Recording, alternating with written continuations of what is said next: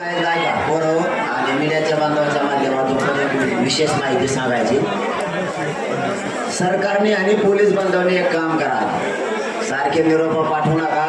इकडे गाड्या आढ्या लावल्या आणि तिकडे आढ्या लावल्या आणि त्या रोडवर थांबल्या।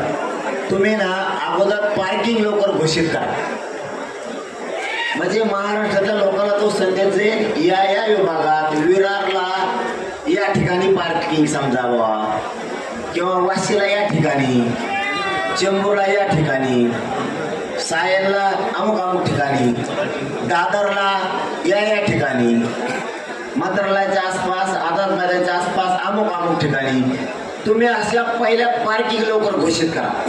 तुम्ही काय करता, 15 मिनिटाला 10 मिनिटाला व्यासपीठावर येऊन सांगता मी करतो उपोषण।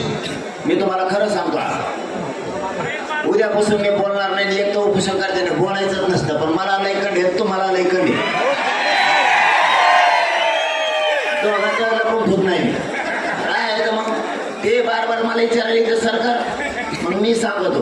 त्याच्यामुळे मी आजचे दिवस सांगतो, तुम्ही पहिल्या पार्किंग लवकर तातडीने घोषित करा, मीडियाच्या समोर द्या सरकार म्हणून, म्हणजे पोरं तिथं गाड्या घेऊन जातील। आणि आता विरारच्या पोराला सांगतो, आता ते काय असेल तिकडचा टप्पा येणार असेल तो खानदेश विदर्भातला, आता कारण यांना काय हे मुख्यमंत्री असा माणूस आहे, त्यांचं 4-2 लोक आहेत, ते जसे कानात थुकत येत तसंच बोलते, आणि ते कानात थुकत येत म्हणून त्यांच्यापासून 7 करोड मराठा लांब चाला। त्यांनी मनाचं डिसिजन घ्यावा, आपण काय केलं पाहिजे। 13 ते काफी मराठवाड्याचं मागं नाही, आता मराठी संपले, याच्या माग कोण राहिले, पश्चिम महाराष्ट्राच्या मागं राहिलं नाही, याच्या माग कोकण राहिला नाही, खानदेश विदर्भ राहिलं नाही, ते राहिलं काफी। जेव्हा आता पोटे मराठी उसळले, आता डोकं खाली झालं, आता काय करा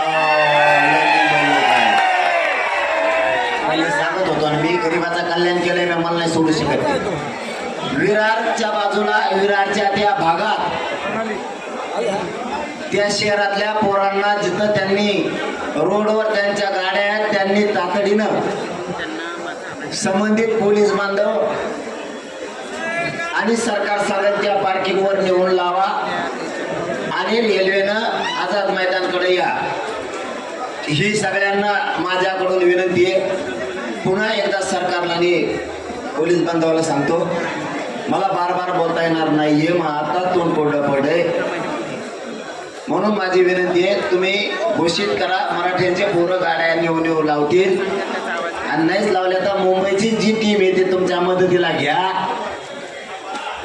कारण आमच्या इकडच्या लोकांना पण माहित नाहीये जास्त, त्याच्यामुळे आमच्या लोकांची उगत पळापळी करू नका, इकडे चल आणि तिकडे